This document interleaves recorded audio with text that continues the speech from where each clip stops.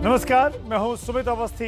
जो इंडिया चाहता है, मैं आपके लिए वही खबरें लेकर हर रोज रात 8 बजे हाजिर हो जाता हूं। इंडिया चाहता है, मैं आप सबका तहे दिल से स्वागत है। उत्तर प्रदेश में आज का मंगलवार सियासी लेकिन सुपर मंगलवार रहा। पूर्वांचल में पीएम मोदी थे तो पश्चिमी यूपी के गढ़ मेरठ में दो लड़के यानी अखिलेश यादव और जयंत चौधरी ने अपनी धाक जमाई।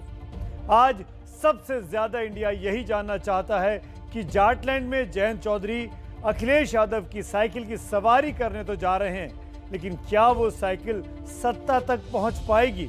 इस खबर को 52% लोगों ने देखना चाहा है। और आज इंडिया यह भी जानना चाहता है कि गोरखपुर में खाद फैक्ट्री और एम्स का उद्घाटन करके पीएम मोदी ने कितना बड़ा ये चुनावी दांव चला है।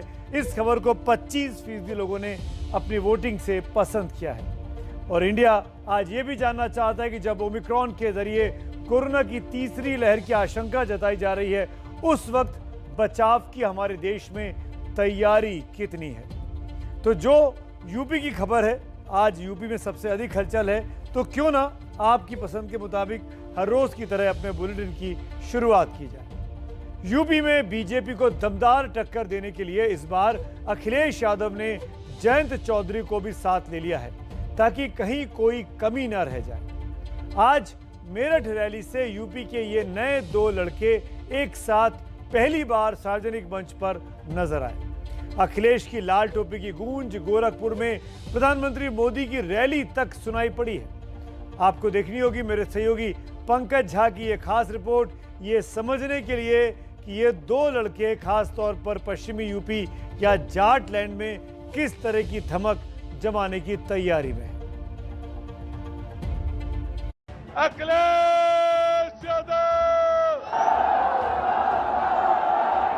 कि पश्चिम में भारतीय जनता पार्टी का सूरज डूबेगा और हमेशा के लिए डूबेगा।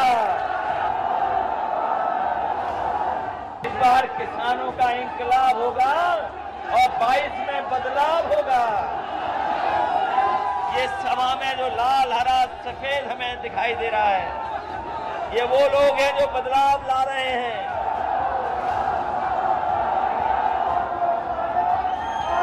परिवर्तन हो करके रहेगा। मेरठ में लैंड करने से पहले हवा में जब अखिलेश का हेलीकॉप्टर तैर रहा होगा तो जहन में 2017 की तस्वीर घूम रही होगी। ये वही पश्चिम यूपी है जहां पिछली बार मुजफ्फरनगर दंगे और कैराना के पलायन के मुद्दे ने उनकी साइकिल पंचर कर दी थी। अखिलेश के मन में सवाल यही रहा होगा कि क्या जाटलैंड उनके लिए उम्मीद के दरवाजे खोलेगा, और ये भी कि क्या जैन के साथ उनका गठबंधन फायदे का सौदा है। लेकिन मेरठ में आई इस भीड़ ने अखिलेश के सारे सवालों का जवाब दे दिया। इस बार ये जन सैलाब देख करके, ये उत्साह जोश देख करके मैं कह सकता हूं कि पश्चिम में भारतीय जनता पार्टी का सूरज डूबेगा और हमेशा के लिए डूबेगा। समाज की सेवा में निकला समाजवादी। मेरठ में हुई ये रैली समाजवादी पार्टी और आरएलडी के गठबंधन के औपचारिक ऐलान के लिए थी। अखिलेश ने इसे नाम दिया था परिवर्तन संदेश रैली। जाटलैंड की जंग में अखिलेश के लिए जयंत कितने जरूरी हैं, इसे इस बात से समझिए कि मंच पर लगी तस्वीर में बराबरी का पूरा ख्याल रखा गया। दरअसल अखिलेश को लग रहा है कि जयंत के जरिए वो किसानों और जाटों में पार्टी की ढीली हुई पकड़ वापस पा सकते हैं, और इस बार तो मुद्दा भी है और माहौल भी। भारतीय जनता पार्टी बातचीत से किसानों को हराना चाहती थी, लेकिन इस बार किसानों ने भारतीय जनता पार्टी को चित कर दिया है। अगर किसानों से ये टकराएंगे और किसानों के हित में फैसला नहीं लेंगे तो किसान भी उनके लिए दरवाजा बंद कर देंगे कि उत्तर प्रदेश का किसान दरवाजे बंद कर करके सिटकनी भी लगा देगा।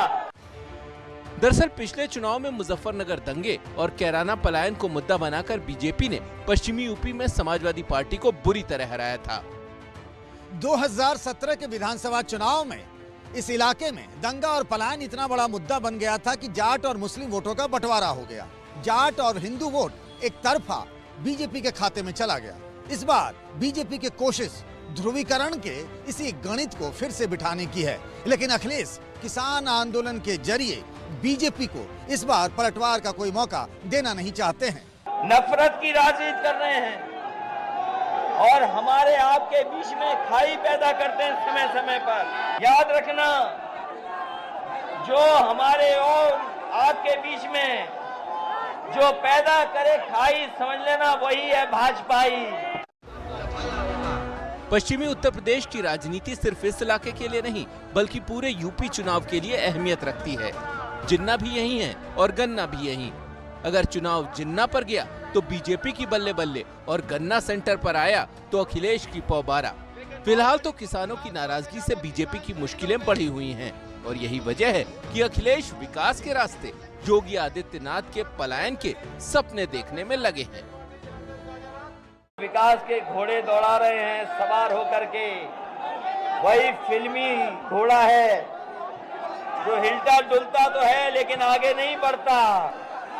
इनके झूठ के फूल से कोई खुशबू नहीं आ सकती।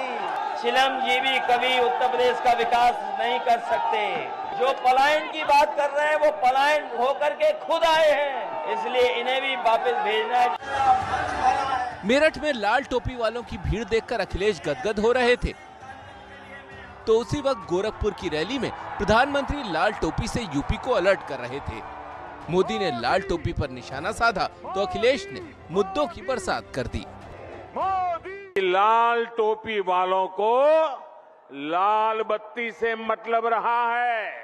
लाल टोपी वाले यूपी के लिए रेड अलर्ट है, रेड अलर्ट, यानी खतरे की घंटी है। जिस समय किसान अपने हक के लिए निकले, भारतीय जनता पार्टी की सरकार के मंत्री और उनके सहयोगी, उनके समर्थक लोगों ने किसानों को जीभ से कुचल दिया। चंद मिनटों बाद अखिलेश का ट्वीट भी आ गया। रैली में आने वाली भीड़ हवा का रुख तो बताती है लेकिन ये हवा वोट की दिशा तय नहीं करती। चुनाव में अभी चंद महीने बाकी हैं, ऐसे में तरकश से अभी बहुत से तीर निकलेंगे और कौन सा तीर जंग की कहानी बदल दे कहा नहीं जा सकता। आगे आगे देखिए होता है क्या। संवाददाता पंकज झा की रिपोर्ट।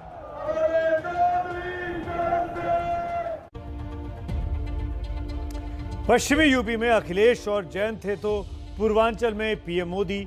दोनों इलाकों को जोड़ दें तो आज 256 सीटों के लिए चुनावी रणभेरी बजाई जा रही थी।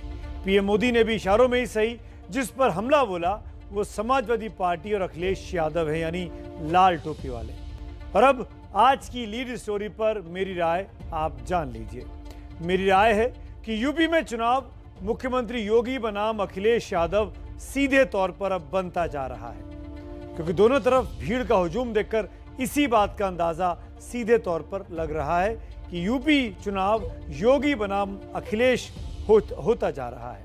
अगर आप इस राय से सहमत हैं तो मोबाइल नंबर 7823944001 पर मिस कॉल दें और अगर आप असहमत हैं तो 7823944002 पर मिस कॉल दें।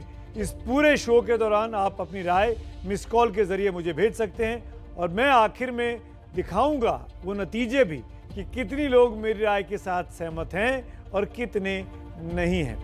तो एक बार फिर राय दोहरा देता हूं और आपकी मिस कॉल का फिर मुझे इस शो के दौरान इंतजार रहेगा। यूपी चुनाव योगी बनाम अखिलेश होता जा रहा है।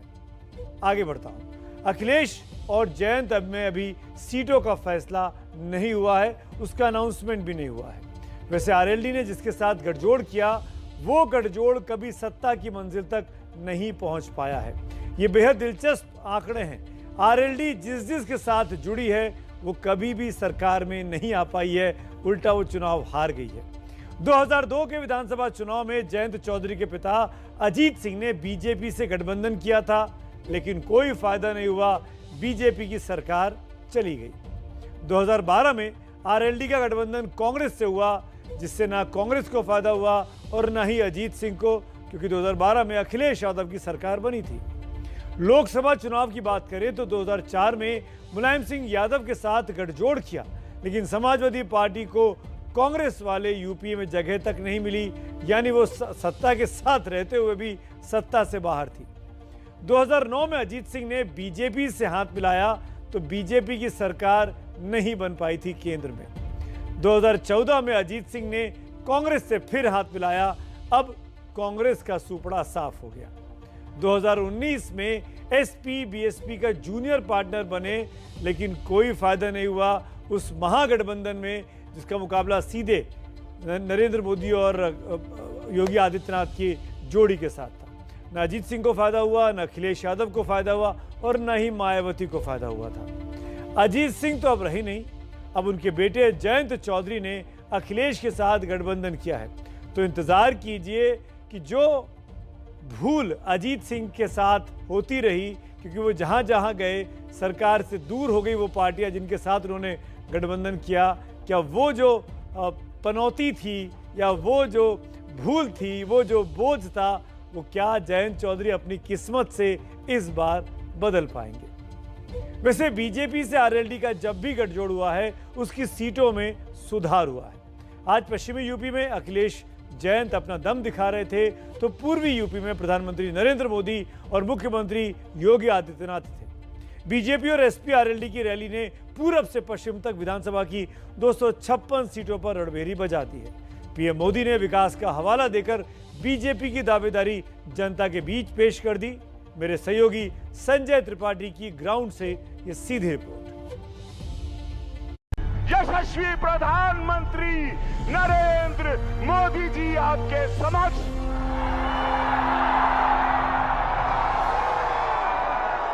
मोदी मोदी मोदी मोदी गोरखपुर का देवतुल्य लोगन के हम प्रणाम करत माने। गोरखपुर में मोदी, सुबह पर भोजपुरी। 2 दिन से इंतजार करत रही। आज वो घड़ी आ गई बा। मोदी की रणनीति चुनावी। मैं हैरान हो गया, इतनी बड़ी तादाद में लोग, इतने दूर दूर लोग झंडे हिला रहे हैं। पूर्वांचल के रास्ते यूपी की तैयारी। पूरा यूपी भली भांति जानता है कि लाल टोपी वालों को लाल बत्ती से मतलब रहा है। उनको आपके दुख तकलीफ से कोई लेना देना नहीं है। प्रधानमंत्री गोरखपुर आए तो उनके दिमाग में सियासी तस्वीर बिल्कुल साफ थी। मोदी के टारगेट पर पूर्वांचल नहीं बल्कि पूरा यूपी था। विपक्ष जिन बातों को लेकर यूपी सरकार को घेर रहा था, मोदी उन्हीं मुद्दों को पिटारे में रख कर लाए थे। किसान, कोरोना, रोजगार, कानून व्यवस्था, ये वो 4 मुद्दे हैं जो बीजेपी के लिए चिंता का सबब बने हुए हैं। प्रधानमंत्री ने गोरखपुर में खाद फैक्ट्री, एम्स और आईसीएमआर के रीजनल सेंटर का उद्घाटन किया और इनके जरिए डबल इंजन की सरकार की ताकत बता दी। योगी जी के पहले की जो सरकार थी उसने कैसे गन्ना किसानों को पैसे के भुगतान में रुला दिया था। चीनी मिलों को लेकर कैसे कैसे खेल होते थे, क्या क्या घोटाले किए जाते थे। लंबे समय से गोरखपुर सहित ये बहुत बड़ा क्षेत्र सिर्फ एक मेडिकल कॉलेज के भरोसे चल रहा। जब हमें सेवा का अवसर दिया तो यहां एम्स में भी आपने देखा इतना बड़ा एम्स बन गया। इतना ही नहीं, रिसर्च सेंटर की अपनी बिल्डिंग भी तैयार है। माफिया जेल में है और निवेशक दिल खोलकर यूपी में निवेश कर रहे हैं। यही डबल इंजन का डबल विकास है। इसलिए डबल इंजन की सरकार पर यूपी को विश्वास है। गोरखपुर में प्रधानमंत्री आए तो उनके भाषण के सेंटर पॉइंट में किसान इसलिए भी थे क्योंकि बीजेपी की रणनीति है कि अगर पश्चिमी उत्तर प्रदेश में नुकसान होता है तो उसकी भरपाई पूर्वी उत्तर प्रदेश से की जाए। अपने नाम के अनुरूप मोदी है तो मुमकिन है, यह बनाने का जो एक कार्य आज साकार रूप से पूर्वी उत्तर प्रदेश और देश देख रहा है। और योगी की बातों से भी लगा कि सब कुछ पीएम मोदी के सहारे ही है। गोरखपुर तो आगाज भर है। आने वाले दिनों में प्रधानमंत्री मोदी यूपी और खास तौर से पूर्वांचल में बीजेपी के पक्ष में चुनावी हवा बनाने में पूरा दम लगाएंगे। गोरखपुर से संजय त्रिपाठी की रिपोर्ट। अगर भीड़ और भव्यता पैमाना है किसी भी रैली की सफलता का, तो आज दोनों रैलियां, चाहे वो मेरठ की हो या फिर गोरखपुर की हो, वहां पे जन समूह, जन सैलाब देखने को मिला। यह आसान नहीं है किसी भी राजनीतिक पंडित के लिए तय कर पाना कि किसका पलड़ा भारी है।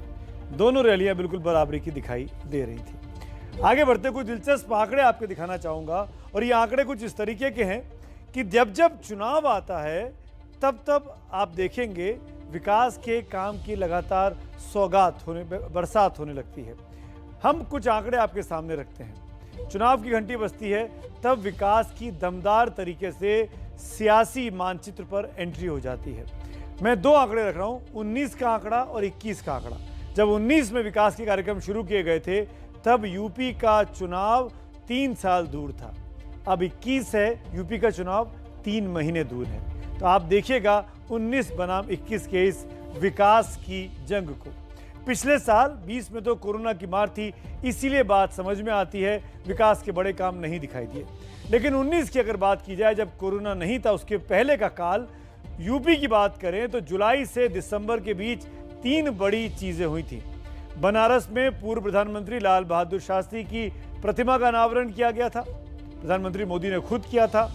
उसके बाद मथुरा में 1059 करोड़ रुपए की परियोजनाओं का शिलान्यास और लोकार्पण किया गया। और फिर लखनऊ में अटल बिहारी वाजपेयी मेडिकल यूनिवर्सिटी का शिलान्यास किया गया। ये सब केंद्र सरकार की तरफ से हुआ। ये 19 की जुलाई से दिसंबर के बीच की बात कर रहा हूं। अब इस साल यानी 21 में आ जाते हैं। इस साल 2021 में जुलाई से दिसंबर के बीच देखें तो लगातार तमाम परियोजनाओं के उद्घाटन होते जा रहे हैं, महीने दर महीने, हफ्ते दर हफ्ते।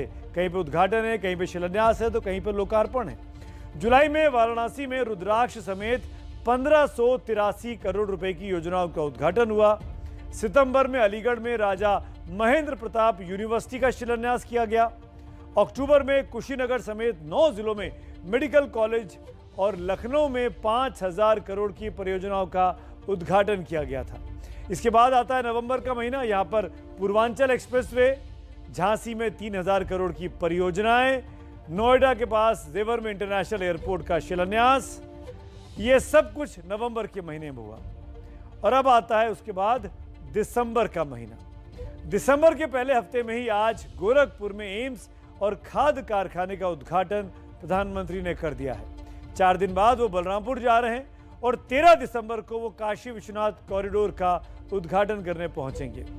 इस मैप के इन 2 नक्शों को अगर आप ध्यान से देखेंगे तो आपको समझ में आएगा कि चुनाव से ठीक पहले काम कैसे दिखने लगते हैं। तो इसीलिए मैं बार बार कहता हूं, ऐसा क्यों नहीं हो सकता कि हमारे देश में हर साल चुनाव हो, कम से कम विकास तो होता है। विकास के नाम पर आम जनता का भला तो होता है। पुरानी कहावत है कि घी का लड्डू टेढ़ा भी भला है। विकास का काम जब भी हो अच्छा ही होता है। आज पीएम मोदी ने गोरखपुर में खाद फैक्ट्री के जरिए किसानों का दिल जीतना चाहा, तो दूसरी तरफ आंदोलन पर बैठे किसान सरकार से एमएसपी पर पक्की वाली गारंटी की आज भी मांग करते रहे। और सरकार की तरफ से कोई अप्रोच ना करने की वजह से भी ये किसान अब काफी खिन्न दिखाई दे रहे हैं।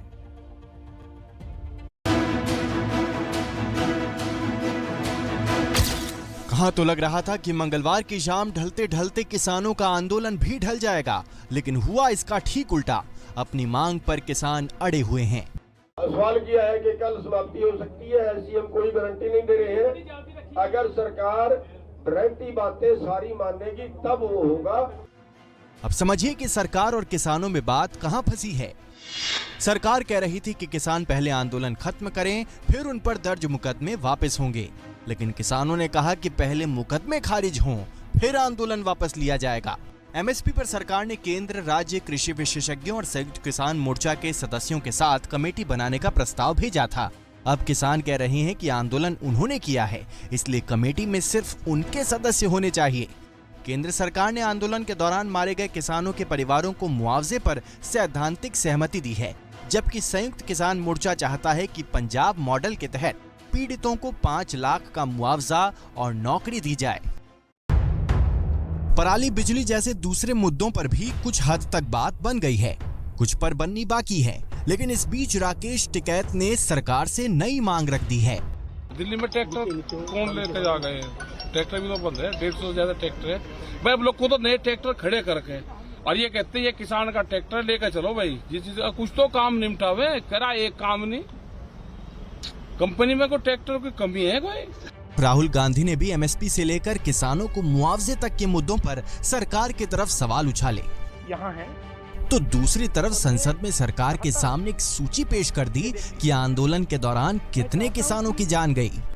जो आपकी सरकार कह रही है कि ये कोई भी किसान शहीद नहीं हुआ है या उनके नाम आपके पास नहीं है, तो ये नाम यहाँ है। मैं चाहता हूं कि जो इनका हक है और जो प्रधानमंत्री ने कहा है, जो माफी मांगी है, उनका हक पूरा होना चाहिए। संसद के अंदर और संसद के बाहर किसानों का मुद्दा छाया हुआ है। सरकार भी वेट एंड वॉच के मूड में है। हालांकि कल संयुक्त किसान मोर्चा ने दोपहर 2 बजे फिर से बैठक बुलाई है। मुमकिन है कि उसमें कुछ अहम फैसला हो। पीएम मोदी पूर्वांचल में किसानों को सौगात दे रहे थे, तो इधर दिल्ली में आसपास जो तमाम किसान बैठे हैं बीते 1 साल से, वो अभी भी सरकार के बुलावे का इंतजार कर रहे हैं।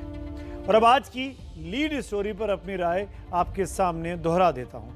मेरी राय है कि यूपी में चुनाव मुख्यमंत्री योगी आदित्यनाथ बनाम अखिलेश यादव अब होता जा रहा है। अगर आप मेरी राय से सहमत हैं या फिर नहीं हैं, इसके लिए आपको मिस कॉल देनी है। हजारों की संख्या में मिस कॉल अभी तक पहुंच चुकी हैं। नंबर आपके सामने स्क्रीन पर है। सहमत के लिए 7823944001 और असहमत के लिए 7823944002। इस पर आप मिस कॉल दें। अभी तक 73% लोग मेरी राय के साथ सहमत नजर आ रहे हैं। आखिर में आपको बताऊंगा कि कितने लोग मेरी राय से सहमत निकले और कितने असहमत निकले। बुलेटिन के इस हिस्से में भी आपके लिए बहुत कुछ है, लेकिन वो सब कुछ दिखाने से पहले आज की लीड स्टोरी आपके सामने फिर एक बार दोहरा देता हूं। मेरी राय है कि यूपी में चुनाव मुख्यमंत्री योगी बनाम अखिलेश यादव बनता जा रहा है। अगर आप इस राय से सहमत हैं तो मोबाइल नंबर 7823944001 पर मिस कॉल दें और असहमत हैं तो 7823944002 पर मिस कॉल दें। हजारों की संख्या में जवाब आ चुके हैं। 73% लोग मेरी राय के साथ सहमत हैं। कार्यक्रम के आखिर में कुल नतीजे भी दिखाऊंगा कि मेरे साथ कितने लोग सहमत हुए या कितने लोग असहमत हैं आखिर इस पूरी राय के साथ। अब आगे बढ़ते हैं और अब बात देश पर मंडरा रहे उस खतरे की जिसका नाम ओमिक्रॉन है। कोरोना की दूसरी लहर ने देश के हेल्थ सिस्टम को घुटने टेकने पर मजबूर कर दिया था। आपको याद होगा कि ऑक्सीजन के लिए लोग मिन्नतें कर रहे थे, गिड़गिड़ा रहे थे, पैरवी करवा रहे थे। इसीलिए आज हमने देश के अलग अलग बड़े अस्पतालों का रियलिटी टेस्ट किया। ये जाना कि ऑक्सीजन के मोर्चे पर हिंदुस्तान कितना आत्मनिर्भर हुआ है। क्योंकि दावे बड़े बड़े किए गए हैं, सरकारों ने कहा है कि तैयारी पूरी हो चुकी है, तीसरी लहर से डरने की जरूरत नहीं है। हमने भी सोचा कि इन दावों को परख लिया जाए, ये समझ लिया जाए और जनता को दिखा दिया जाए कि देश के तमाम अस्पताल, तमाम प्रशासनिक अधिकारी इन 5, 6, 8 महीनों में क्या तैयारी कर रहे थे इस बड़े खतरे से निपटने के लिए। अब आपको देखनी होगी। इसी के लिए मेरी सहयोगी मधिया, ब्रजेश और अजय बाचलू की ये एक्सक्लूसिव रिपोर्ट। ऑक्सीजन की चुनौती का मुकाबला करने में अब देश और देश के अस्पताल पहले से कहीं ज्यादा सक्षम हो रहे हैं। कोरोना की दूसरी लहर में जब देश की सांसें उखड़ रही थी, तब आनन फानन में पीएम केयर्स योजना के तहत देश भर के जिलों के ऑक्सीजन प्लांट्स लगाए गए थे। और जब ओमिक्रॉन देश में दस्तक दे चुका है, ऐसे में एबीपी न्यूज ने इस बात की पड़ताल की, आखिर ये प्लांट्स काम कर भी रहे हैं या फिर हाथी के दांत की तरह दिखावटी हैं। कोरोना काल में सबसे ज्यादा ऑक्सीजन की जरूरत दिल्ली को पड़ी थी, इसीलिए पड़ताल की शुरुआत हमने दिल्ली के एलएनजेपी अस्पताल से की। पड़ताल में हमने पाया कि एलएनजेपी अस्पताल में 3 ऑक्सीजन प्लांट्स हैं, जिनसे पिछले साल के मुकाबले अब 11 गुना ज्यादा ऑक्सीजन प्रोड्यूस किया जा रहा है। यानी ऑक्सीजन के मामले में अस्पताल की क्षमता भविष्य की जरूरतों के हिसाब से पुख्ता है। हमारे पास पर डे का कैपेसिटी 5 टन का था ऑक्सीजन का लोकनायक में। आज की डेट में अब हमारे पास 55 टन पर डे का कैपेसिटी हो गया है। हमने 2 नए LMO प्लांट्स लगाए हैं, इसके साथ साथ 5 PSA प्लांट्स ऑपरेशनल हैं और हमारा जो कैपेसिटी है ऑक्सीजन का आप देखिए कि 9 से 10 गुना हमारा बढ़ गया है। बीते 2 महीनों में LNJP अस्पताल ऑक्सीजन के मोर्चे पर आत्मनिर्भर हो चुका है, लेकिन क्या दूसरे राज्य भी इसी मुस्तैदी से ओमिक्रॉन के संभावित खतरे से निपटने के लिए तैयार हैं? ये जानने के लिए हमने भोपाल के JP अस्पताल का रुख किया। ये जो ऑक्सीजन प्लांट है आप देख सकते हैं, इसकी जो ऑक्सीजन की प्योरिटी है 95.7 है। ये ऑक्सीजन की प्योरिटी है, ऑक्सीजन का जो फ्लो है वो 20 है, ऑक्सीजन का प्रेशर 4.9 है। 90 के ऊपर की जो ऑक्सीजन की प्योरिटी है वो रिक्वायरमेंट होती है, यानी 90 से ऊपर रिक्वायर होनी चाहिए और इससे आपसे ये प्लांट ठीक काम कर रहा है। JP अस्पताल भले ही टेस्ट में पास हो गया हो, लेकिन पूरे MP में हालात अब भी 100% ठीक नहीं। MP में 205 ऑक्सीजन प्लांट्स स्वीकृत हुए थे, जिनमें से 180 प्लांट्स बनकर पूरी तरह तैयार हैं। कुछ दिन पहले जब प्लांट्स को चेक किया गया तो 125 प्लांट्स ही पूरी तरह ठीक पाए गए। 55 प्लांट्स में ऑपरेशनल गड़बड़ियां पाई गईं। आईसीयू के हम लोगों ने बेड बढ़ाए हैं, SDO के बेड बढ़ाए हैं, ऑक्सीजन की लाइनें हम लोगों ने वार्डों में बिछवाई हैं, वार्डों की में जो बेड्स हैं उनकी हम लोगों ने संख्या बढ़ाई है। दवाइयों की उपलब्धता के लिए भी हम लोगों ने सुनिश्चित किया है कि हर जिले में जो दवाइयां हैं वो उपलब्ध रहें। दिल्ली और भोपाल टेस्ट में पास हो गए, लेकिन क्या जम्मू का सबसे बड़ा जच्चा बच्चा अस्पताल और बिहार के मुंगेर का सदर अस्पताल इस रियलिटी टेस्ट में पास होंगे? ये जानने के लिए भी ABP न्यूज संवाददाता ने ग्राउंड जीरो पर जाकर सुविधाओं को परखा। सबसे पहले चलिए बिहार के मुंगेर जिले के सदर अस्पताल। इस अस्पताल में लगे ऑक्सीजन प्लांट का PM मोदी ने 7 अक्टूबर को वर्चुअल तरीके से उद्घाटन किया था, लेकिन अब भी ये प्लांट ऑपरेशनल नहीं है, क्योंकि पाइपलाइन के जरिए मरीजों के बेड के साथ प्लांट को नहीं जोड़ा गया। बिहार से चलिए जम्मू और देखिए कि जम्मू कितना तैयार है। 2900 LPU का ये ऑक्सीजन जनरेशन प्लांट यहाँ लगाया गया था, जो इस समय भी अपनी पूरी क्षमता में काम कर रहा है। लगातार इस ऑक्सीजन प्लांट से न केवल यहाँ पर आइसोलेशन वार्ड है, निकू वार्ड है, गायनी ऑपरेशन थिएटर है, ENT का ऑपरेशन थिएटर है, ICU रिकवरी है या PICU है, इन सभी जो डिपार्टमेंट्स को यहाँ से जो है ऑक्सीजन अपनी पूरी क्षमता में यहाँ से सप्लाई की जा रही है। देश में 80% से ज्यादा लोगों को कोरोना की पहली डोज लग गई है। 50% से ज्यादा आबादी के पास दोनों डोज का रक्षा कवच है, लेकिन ओमिक्रॉन के बीच जरूरी है ज्यादा एहतियात बरतने की, क्योंकि सावधानी हटी तो समझिए कि संक्रमण की दुर्घटना घटी। कुछ आंकड़े आपको दिखा देता हूं। आज ऑक्सीजन की कमी नहीं दिखती है, बहुत राहत की बात है, लेकिन बिहार में है। बिहार में सुशासन की सच्चाई की एक खास रिपोर्ट मैं कार्यक्रम के कुछ मिनटों में आगे आपको दिखाने वाला हूं, लेकिन अभी बात ऑक्सीजन की चल रही है तो ऑक्सीजन के कुछ आंकड़े आपके सामने रखता हूं। जब कोरोना की पहली लहर थी उस वक्त ऑक्सीजन की मांग रोजाना 3095 मीट्रिक टन थी, जबकि उत्पादन हो रहा था 5700 मीट्रिक टन प्रतिदिन। उस दौरान 97,497 लोगों की जान चली गई थी। दूसरी लहर में मांग 9000 मीट्रिक टन प्रतिदिन की थी, जबकि 13 मई 2021 को तो उत्पादन 9690 मीट्रिक टन प्रतिदिन था, जबकि 28 मई को यह बढ़कर 10,250 मीट्रिक टन प्रतिदिन हो चुका था। लेकिन ऑक्सीजन की कमी इतनी बड़ी थी कि 1,72,059 लोगों की इस दूसरी वेव में जान चली गई थी। मैं ये बात इसलिए कह रहा हूं कि अगर ऑक्सीजन का उत्पादन ज्यादा था तो फिर सांसों को बचाने के लिए ऑक्सीजन की कमी क्यों पड़ी? इसके पीछे ये वजह बताई जाती है कि ऑक्सीजन सिलेंडर समय पर नहीं पहुंचे, यानी ट्रांसपोर्टेशन में बहुत समय बर्बाद हुआ। ट्रांसपोर्टेशन की कमी थी, स्पेशल क्रायोजेनिक टैंकर थे ही नहीं, फिर प्रोडक्शन भी पूर्वी भारत में ऑक्सीजन का ज़्यादा होता था, जिनको ज़रूरतमंदों तक उत्तरी या पश्चिमी भारत तक पहुंचाने में बहुत समय लग रहा था। लेकिन दूध का जला छाछ भी फूंक फूंक कर पीता है, इसीलिए इस बार तैयारी पूरी की जा रही है और कम से कम हमारे चेक में भी, रियलिटी चेक में भी ऐसे ही कुछ हमको आभास हुआ। वैसे 100 साल पहले आई स्पेनिश फ्लू भी इसी तरीके से जानलेवा था। आप एक चीज देखिए, जो ट्रेंड स्पेनिश फ्लू का था वही ट्रेंड इस कोविड-19 का भी दिख रहा है। स्पेनिश फ्लू की पहली लहर में हल्की शुरुआत हुई। कोरोना की पहली लहर में भी डर जरूर था, लेकिन उसका अटैक साधारण ही रहा था। स्पेनिश फ्लू की दूसरी लहर सबसे ज्यादा खतरनाक थी, जिसमें कुल मौतों की 2/3 मौतें सिर्फ सेकेंड वेव में हुई थी, यानी 3 करोड़ से ज्यादा मौतें। अब देखिए, कोरोना की दूसरी लहर भी बेहद खतरनाक रही, पहली लहर के मुकाबले बिल्कुल स्पेनिश फ्लू की तरह जो 100 साल पहले हुआ था। लेकिन स्पेनिश फ्लू की तीसरी लहर सबसे कम खतरनाक थी। तो उम्मीद की जानी चाहिए कि अब कोरोना की जो तीसरी लहर के अंदेशे की बात की जा रही है, अगर वो आती भी है तो उतनी खतरनाक नहीं होगी। ये सीख हमको स्पेनिश फ्लू के चार्ट को, ग्राफ को देखकर पता चलता है।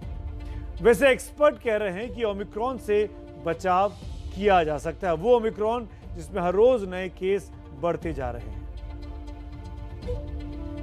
ये जान लेगा या और भयानक होगा, ऐसे अभी कोई सबूत नहीं मिले हैं। अभी तक जो भी हमें सबूत मिल रहे हैं उससे ये मालूम होता है कि शायद ये उतना गंभीर नहीं है और उतना ज़्यादा इसमें मृत्यु नहीं होगी।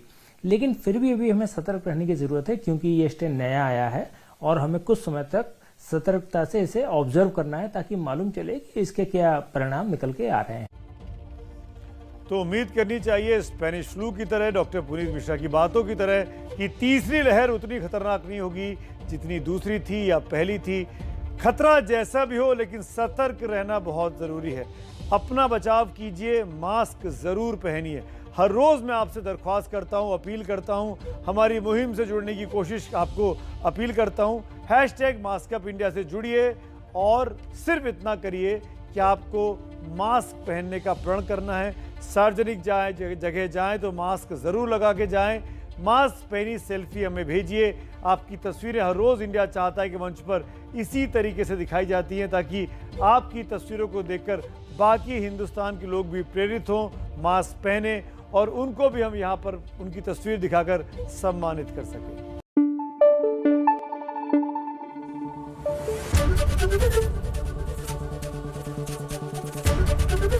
ABP न्यूज़ आपको रखे आगे।